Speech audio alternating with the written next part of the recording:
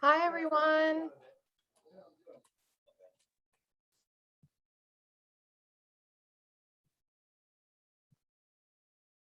Thank you so much to everyone that's joining us tonight. I hope everyone is doing well. My name is Kristen Waring, and I am the Assistant Director of Recent Alumni and Student Programs at Monmouth. I'm also a proud alumna, class of 2015. And on behalf of my team and the career development team, I want to thank everyone that's joining us tonight for this wonderful event with our alumna, Victoria Drake, who's the class of 2013.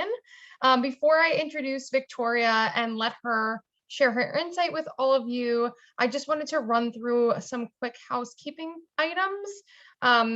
So as a reminder, today's webinar is going to be recorded and it will live on the Monmouth University website. And if you're not comfortable being recorded, feel free to turn your camera off at this time.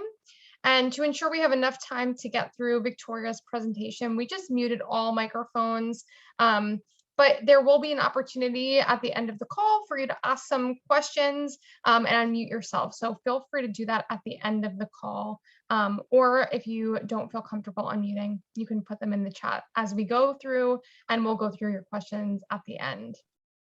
So now to introduce today's host, Victoria Drake is Monmouth University alumna class of 2013. As I mentioned, she's going to be sharing her advice on building your personal brand and marketing yourself for employment and career growth. And during Victoria's time at Monmouth, she studied psychology. Was actively involved in the department. She worked as a lab manager and took part in the psychology club and Psych-Chi. She also studied abroad in London during her time at Monmouth. And as a student, she took on an internship role with Viacom, doing consumer insights and research, and worked there after graduating as well, and went on to earn her master's degree in consumer psychology and marketing at NYU. And prior to her current role at Amazon, she also spent time in branding and advertising at Hulu. So she has some really wonderful experience that she'll go into more depth about, but it's going to be a really great experience to learn from her today. So Victoria, on behalf of everyone here, I want to really say thank you so much for hosting the webinar today. And with that, I will let you take it away. Awesome. Thank you for the intro and thank you for having me. I'll go ahead and share my screen and get started. Awesome.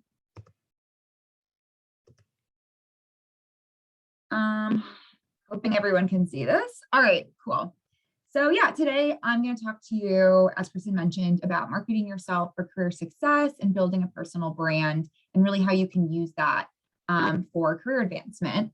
So just to cover what I'm going to go over, I'm going to talk a little bit about me, just so you guys all know what my experience has been. And then I'm going to get into how to really identify your personal brand, how you're going to represent it in different facets throughout your professional life, and then how you use it as a lever for career growth.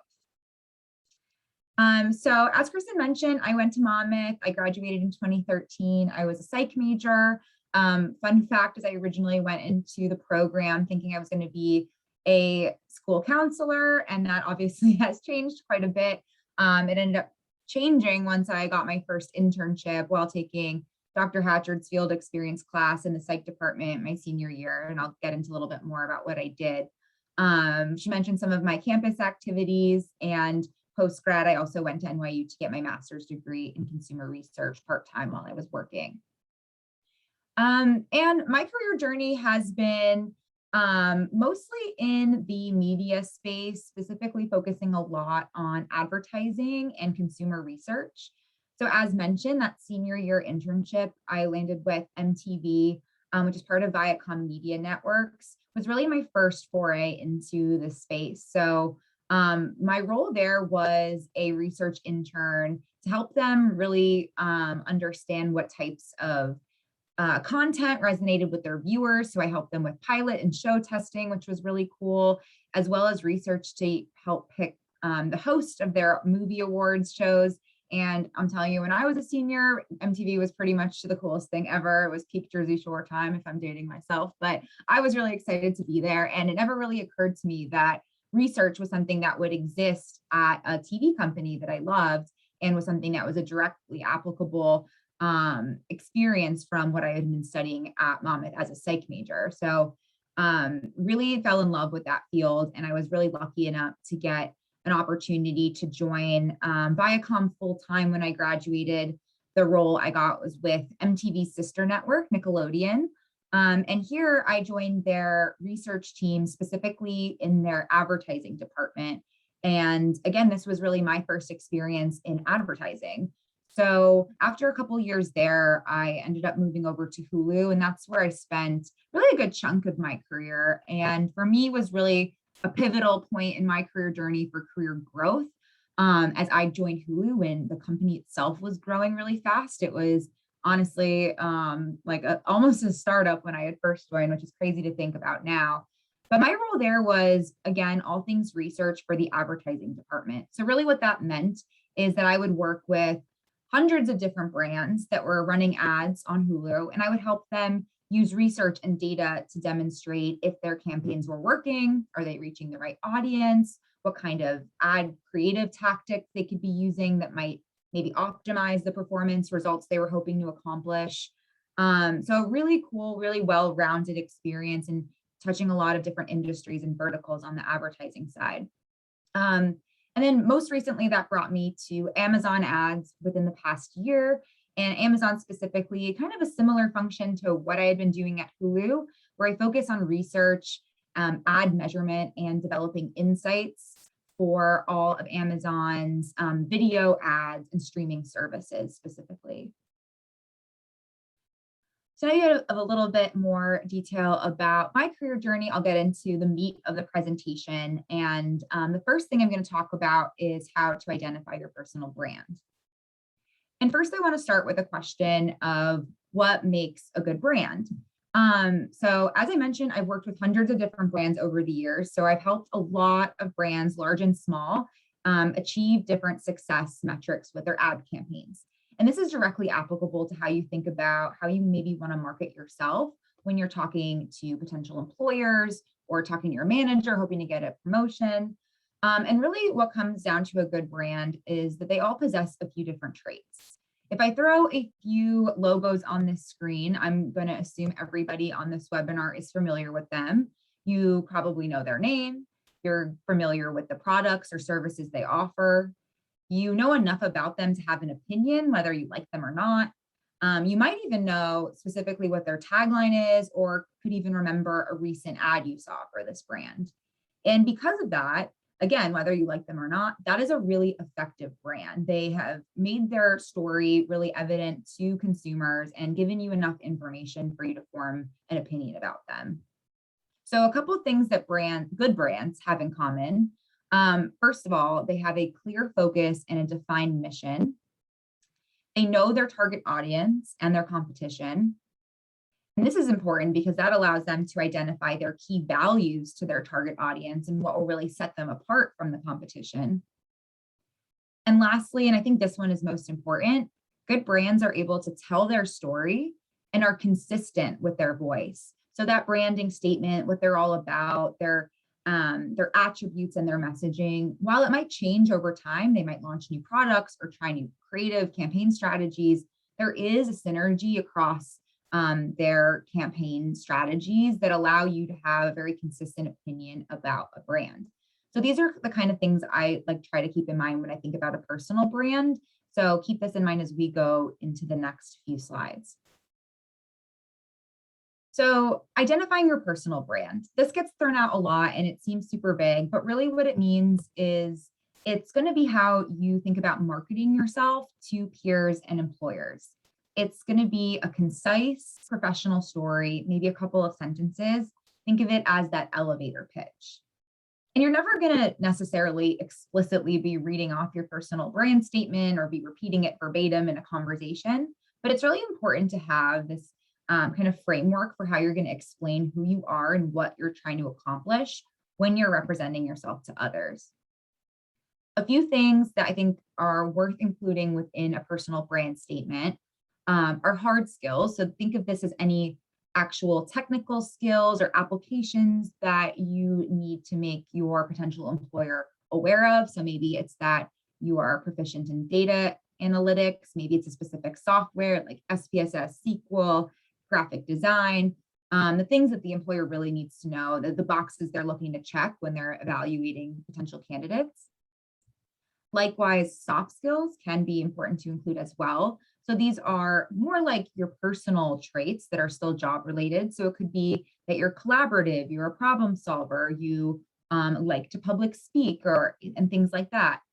These are often also keywords that you'll see in specific job descriptions and are things that job employers are going to be evaluating during an interview process. So it can be great to float that up within your personal statement as well. And then lastly, I always think it's nice to include something personal, and not everybody does this, but I think it's great to include a passion that might not necessarily be job related, but this can be a good icebreaker or help to differentiate you from others. And another thing about this is that it probably will kind of come outside the mold of what you would be doing in your role on a day-to-day basis. And employers love to see other ways that potential candidates could add value to an organization. So it could be that you're really passionate about a charity you volunteer for, or working on topics like diversity and inclusion in the workplace. Maybe you have a really cool side hustle that shows your entrepreneurial side. These are all really great things to highlight within your personal part of your personal brand statement. So I'm going to give an example, or actually two examples of what a personal brand statement could be. I put together one for myself today and also one as what I think I would have written as myself as a student. So today, my personal brand statement would say something like, I am a passionate consumer researcher, data storyteller, and team player with 10 years of multi-method research experience at large media companies. When I'm not looking for the next insight, I'm mentoring future leaders or planning my next post-pandemic trip. So again, in here, I'm kind of speaking to some of my hard skills, data storytelling and research, some of my interests like media and mentoring and leadership, and a little personal tidbit, which is that I like to travel. Pretty simple. And reflecting back on me as a student, because I'm assuming, a lot of students, recent grads, you might not have maybe 10 years of experience you want to tout, but there's still a lot of things that you can bring to the surface of that brand statement that are going to benefit you. And I probably would have written something like, I am a psychology student who is skilled at designing research studies, analyzing data, and presenting results. Outside of class, I can be found leading junior researchers for an on-campus research lab, interning at MTV, or organizing meetups with my study abroad peers. So again, really great way to be able to demonstrate certain skills that I was picking up during my classes and extracurricular activities at Monmouth, like designing research studies, analyzing data, presenting, leadership. So even though these might be things that you didn't get necessarily in a specific professional experience, your brand statement really lets you to highlight what's most important to that employer. Another thing I'm going to call out, relaying back to those components of a strong brand, is that consistency piece. So as you can see, even though some time has passed since I've graduated, a lot of the same themes have held true for my personal brand statement today versus as a student. Across both, I'm talking about research and data, I'm talking about media and mentoring, as well as travel. So, you might not necessarily have exactly the same types of interests and themes year over year. Obviously, employers expect you to have personal and professional growth. But why I bring this up is because that consistency part is key in how you're going to be marketing yourself over time. And if you're going to be making changes in either your field, the type of job you want, company, whatever it is, you can use that personal brand statement to really illustrate what are the bridges between those two different types of experiences. What traits or skills have you picked up in your previous roles and experiences that apply to that new shift you're trying to make? And really that'll help you articulate to employers why you're looking to make a change in your career. So now that we know how to create a brand statement, I want to talk a little bit about how you can represent that brand statement in different facets of your life. And where to represent your personal brand, a short answer is everywhere. But a few key places are obviously your resume, in-person events, and online. I'm going to spend a little bit of time on the resume component because I actually think this is the most important thing. It's really going to be the first thing that a lot of employers will judge a candidate on. And it happens all the time that a strong candidate may get overlooked because their resume isn't as strong. So I always think it's important to continuously have conversations around resume best practices and tips and tricks. So I have a few that pertain to personal brand based on my experience moving around in my career, as well as hiring a team myself. So these are the types of things I tend to look for in a resume. First and foremost, I would say try to avoid including any irrelevant experience. And I think that might sound obvious to people that are farther along in their career, but I do think a lot of students, myself included back in the day, tend to fall into this trap because you might feel like maybe you don't have enough to fill out a whole resume. And to that point, I want to say you actually do. You should be including relevant, non-professional, and non-academic experiences. So for example, you might have a lot of different odd jobs you've had throughout summers, like camp counseling or working in retail. Those might not necessarily be as relevant if you're applying to a job, say, in accounting, for example.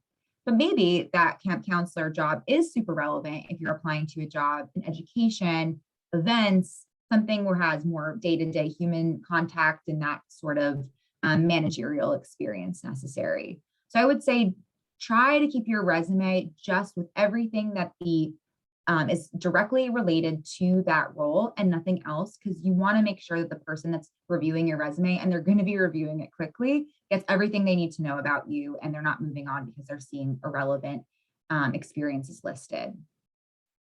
I also think it's really important to list out those hard and soft skills that we talked about. So you want to make sure that it's very obvious to your employer that you have those specific skills that they're looking as like the bare minimum qualifications of the job. Again, these can be actual technical skills or applications and software you're comfortable with. If you're proficient in coding, whatever it is, make that known on your resume. And feel free to list out some of those soft skills, like whether you're passionate about public speaking, you like to write, things like that. Really helpful to include, as those are things that employers are definitely trying to vet within interviews as well. This next tip is something that I picked up more in the last couple of years, and that is to quantify wherever possible. This is actually really critical to how anyone landed a job at Amazon. That's something that a lot of companies really start to look for, is how candidates can really quantify the impact they've had at an org. So think of this as really adding value and metrics to your resume wherever you can. So if we think back to that camp counselor example, maybe you are applying for a job in the event space, and something you did as a counselor was run events for the campers and their families. So instead of just saying you did that, you could say something like, I executed bi-weekly events for 75 campers and their families. So that gives the employer or the person reviewing your resume a sense of cadence of how often you were doing something, the volume of the impact you had.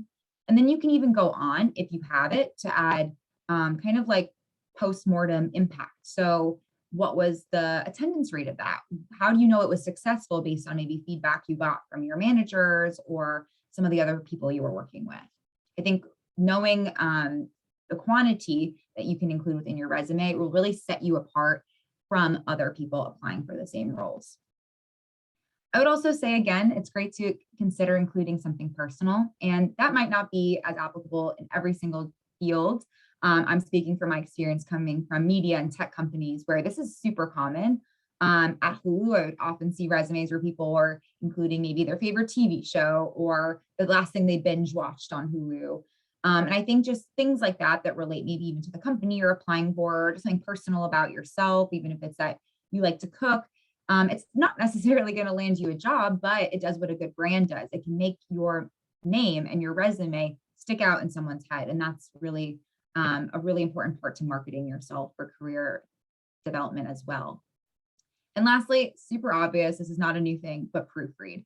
And proofreading your resume is so important. And I'll just speak to the fact that I've definitely seen firsthand how this can negatively impact candidates. I've in organizations I've worked at, I've experienced managers hoping to extend offers to candidates that were actually rejected because leadership noticed typos on a resume. And the sentiment has often been like, well, you know, we have hundreds of applicants, so I'm sure there are some of them that didn't put typos on their resume. Similarly, you're not going to see a billboard in Times Square for Nike with typos on it. You want to give that same level of detail and attention to your resume. So we've all done it. I've done it. So just make sure you have that final look, or get a friend and family member to help you make sure that that resume is perfectly buttoned up. And then a couple things for how you can represent your personal brand in person. A few suggestions I have are definitely to attend networking events or events through professional and academic associations. Within Monmouth, you're already set up with a lot of great things like career services and career fairs. There's alumni events, even just like this. You're building your network just by attending events like this. There's other, obviously, clubs and associations. If you're part of Greek life or have the opportunity to meet different alumni or reach out to them that might be in a field you're interested in, those are all great levers that you can pull. And then obviously, you're also very short distance away from larger cities like New York that are just full of these types of professional associations and networking events. Something I would look out for specifically for maybe current students or more recent grads are young professional organizations. I've been a member of a few of them. Specifically, one is the Advertising Research Foundation Young Professionals. And these types of associations are really great because they're often free to join, where some of the more professional associations might have membership fees. These tend to be free. They tend to have a lot of great events, a lot of virtual ones now that you can attend from home or from your dorm. Or a lot of in-person meetups. And another great thing about them is they tend to be a lot of people within your same age group or the same stage in your career, or maybe just one or two steps above where you're hoping to be in your career. So it's definitely, it can be a lot more relatable than maybe some other types of traditional networking events that might be a little bit more intimidating if you walk into a room and it's a bunch of C-suite executives. So definitely look out for those young professional groups. That they've really helped me in my career and my growing my network. And I would also say, always remember that elevator pitch. In these types of situations, you're often going to meet people who might just be like, tell me about yourself. And you want to do yourself your due diligence and justice. So having that prepared brand statement in your back pocket is a really great way to pull out the 3 things someone needs to know about you, because you never know, that person might be a great way to get your foot in the door at a company you're super excited about. And then the last place, obviously, is online. I think that's become even more important since a lot of roles have gone virtual in this past couple of years. So this, I'm speaking more specifically to LinkedIn, because that's obviously the most used professional site, but this can really apply to anything that's relevant to your field. First, I would definitely suggest to include your URL of your page on your resume. Kind of like if you saw an ad for a product you really liked, but you had no idea from that ad where you could actually buy it or get more information. Same goes for your resume. Definitely include that LinkedIn URL or wherever your personal website is, so that people don't have to work too hard to be able to find you and get more the information they need. You'll also want to refine that profile. Things like using high quality photos. Doesn't have to be a professional headshot, but just that a high quality photo, and taking a minute to create that custom URL versus including the one that's just random string of letters and numbers that they give you by default. Making it your name or whatever makes sense to you, just that level of attention definitely helps. I would also suggest including a compelling bio or summary in the About Me section, and your brand statement is a really great place to start with that. And then you can just expand on the areas that you think are most important for your page. And then lastly, you definitely want to be actively building out that network. So no matter how good your LinkedIn is, it doesn't really matter if you don't have an audience to see what you're putting out there. So I would suggest, if you haven't, start with just the easy ones. You can add your peers and your friends and your coworkers, add your friends' parents that have cool jobs, add anyone you meet within your internship or other jobs you have on or off campus. It's super, super common to meet someone at a networking event or at a meeting at work and immediately add them on LinkedIn. And if you ever don't necessarily feel comfortable doing that, you can also ask, hey, it's great to meet you. Do you mind if I add you on LinkedIn after? I can't say how often I use my LinkedIn network. I use it a lot when I'm looking to switch jobs. I often will reach out to people I have mutual connections with at companies I'm interested in or interviewing with, to see what their experience has been so I can make a better decision. I've also used it to vet candidates I was interviewing for my team if we had a mutual connection and I wanted to get more information about them. There's just so many ways you can use that network. So just continuously expanding it. And you have just a great existing network of Monmouth students and alum to start with. So definitely take advantage of that. You can reach out to alumni like me or others in the field that you're interested in. And more often than not, people are more than willing to speak and give you the information that will help you make a career decision. And the last piece of this is marketing yourself for career growth. So not sure if anyone in this room has taken like marketing classes or has designed a marketing campaign before, but the strategy is pretty much similar. You want to design a marketing campaign for career development for yourself. And like a brand would when they're coming up with their new ad campaign, you first need to start by defining what your objective is.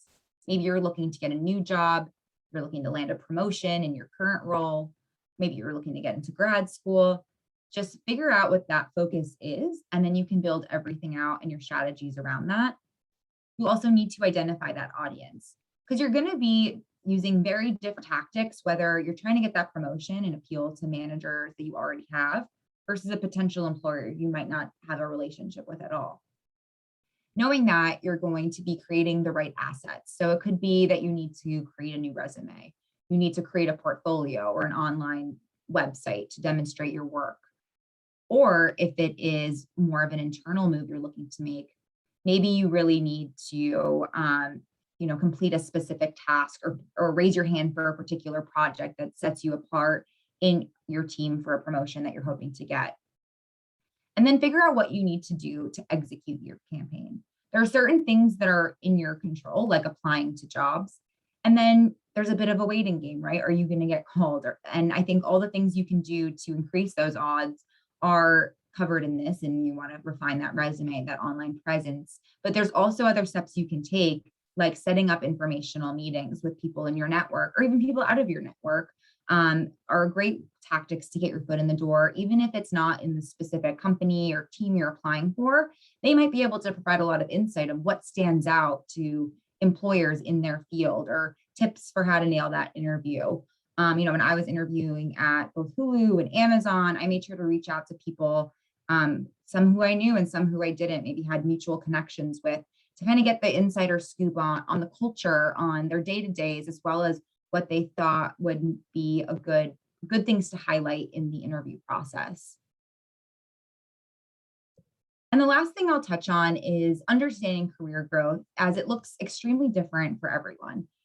For some people, it might be a very linear process. You might get a job in one company and you might be able to thrive there and climb that corporate ladder to where you want to be. And for others, the journey might not be as linear. You might make a lot of lateral moves or change fields entirely.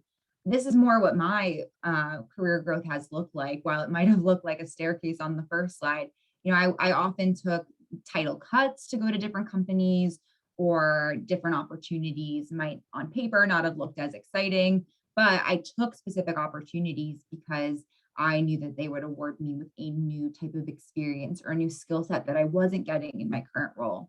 So what I would recommend, no matter what you think your journey is going to be, is to think about more what that end game for you, what your goal is, whether it's to be the chief marketing officer at a brand. What are all the different types of experiences or roles that those types of people tend to have? And then you can kind of work backwards to make sure you're checking those boxes throughout your career path as you decide what moves you need to make to get closer to that goal. So yeah, really to wrap things up, I definitely think that it's a great tool to go home and work on that brand statement. Think about how you can apply it both in your current resume, on your online presence, and then start to really build your network and use that when you're meeting people to really make sure you're articulating well the value that you can bring as a professional and a personal, either to their team or to an organization.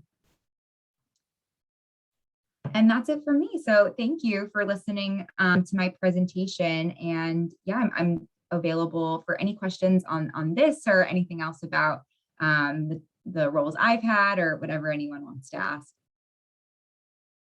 Thank you. Thank you. If anyone has any questions, you're more than welcome to unmute yourself or put any questions that you might have in the chat box.